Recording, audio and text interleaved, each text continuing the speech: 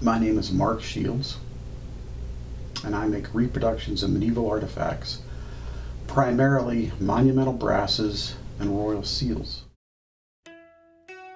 I've been interested in medieval history since I was in high school and my early days in college, so since the very early 70s. My interests have primarily been in medieval arms and armor. I joined a medieval reenactment group called the Society for Creative Anachronisms back in 1975. And except for a hiatus when I was gone in the military, I've been a member ever since. A monumental brass is a sheet of brass, or as it was referred to back then as Latin, which was made by pouring molten brass out and then pounded into a sheet because they didn't have any mechanical means of rolling the brass or Latin into a sheet. And it was often engraved with the most accurate depiction of the armor or clothing and apparel of that time frame. I make the monumental brasses.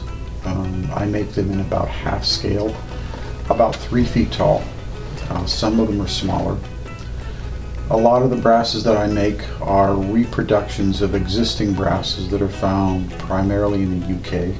So I make those reproductions of those historic brasses, and then I take commissions from individuals who are primarily reenactors and make brasses of those people so that they're essentially getting a metal portrait of themselves. So once we decide on a style, then I will photograph the client in their garb, in their kit, in their armor.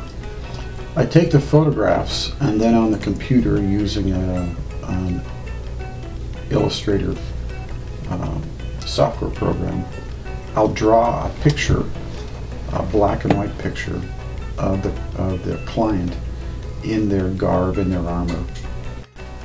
Depending on the size of the brass, in this case, I'll have a model made of the brass. So it will be engraved either in plastic or in clay to form a master model. Once the silicone or urethane mold is made, then I have the option of having a wax poured from that mold, and then that wax could be used in a lost wax process to pour bronze or brass into and make a bonded or cold cast bronze brass in it by mixing bronze or brass powder in a acrylic resin matrix and then pouring it into the silicone mold. Once that pouring is set, then the brass is extracted from the silicone mold and then buffed with extremely fine steel wool, and the resulting brass looks like a hot cast brass or bronze casting.